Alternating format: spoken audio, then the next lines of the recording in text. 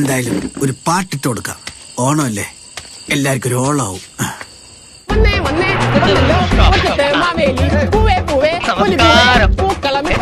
സ്വീകരിക്കാൻ ഇവിടെ ആരുമില്ലേ? ഇവിടെ ഒരുത്തിനെ കാണുന്നില്ലല്ലോ. എവിടെ പോയി എല്ലാരും? നമ്മൾ ഈ ഓണത്തിന് സ്ഥിരം കസവുകൊണ്ട് ഷർട്ടൂട്ടിലെ പരിപാടിയൊന്നും വേണ്ട. പിന്നെ സംഭവം കുറച്ച് ഡിഫറെന്റ്. യൂണിറ്റ് സ്പെഷ്യൽ ഇലസദ്യ സാമ്പാർ.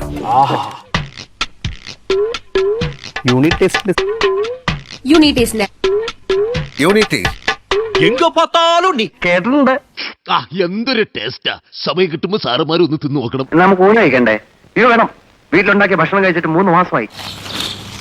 അപ്പൊ നമ്മുടെ ഇന്നത്തെ പരിപാടി ഈ ഓണത്തിന് സ്പെഷ്യൽ ഇലസദ്യ സാമ്പാർ. എല്ലാവരും കൂടി ഒന്ന് ആഞ്ഞു പിടിച്ചു കഴിഞ്ഞാൽ നമുക്ക് പറഞ്ഞ സമയത്ത് തന്നെ ആഘോഷമായിട്ട് ഒരു സദ്യ ഉണ്ടാക്കാം. എന്താ ചേട്ടാ? അതെ, എല്ലാരും കൂടി ആഞ്ഞു പിടിക്കണം. പണ്ട് കാലത്തൊക്കെ എല്ലാ ഈ സദ്യയിൽ ഒഴിക്കുന്ന ഒരു സാമ്പാറിന് ഒരു മണം ഉണ്ട് കേട്ടോ. നമ്മൾ ഇലയിലൊക്കെ വെച്ച് കഴിഞ്ഞേ വായിന്ന് വെള്ളം വരുന്നു. ഇന്നും നമുക്ക് അതേ രുചിയിൽ നമുക്ക് ഇലസദ്യ സാമ്പാർ കഴിക്കണമെങ്കിൽ ഇതാ യൂണിറ്റ് ടേസ്റ്റിന്റെ ഇലസദ്യ സാമ്പാർ പൊടി ഉണ്ട് കേട്ടാ.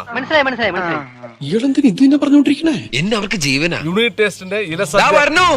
കണ്ടോ, ഇപ്പൊ എന്ത് കാര്യത്തിനും ഞാൻ തന്നെ വേണം. അയ്യോ,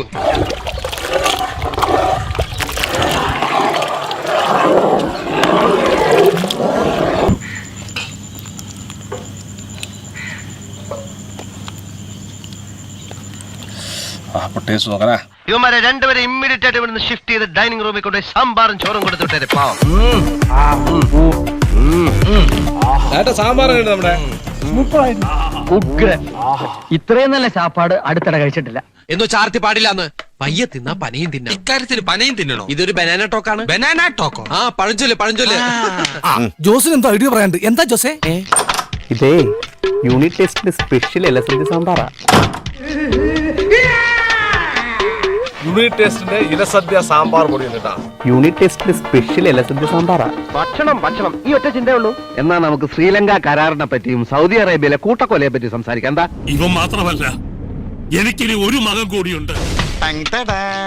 യൂണിറ്റ് ടേസ്റ്റിന്റെ തന്നെ ഇലസദ്യ പാലാണ്. നമുക്ക് 15 മിനിറ്റ് കൊണ്ട് നമുക്ക് പാലുണ്ടാക്കാം. നീ കൊറേ നേടുന്നുണ്ടല്ലോ. നീ വലിയ മാന്യനാവണ്ട. യൂണിറ്റ് ഇലസദ്യ പാലട.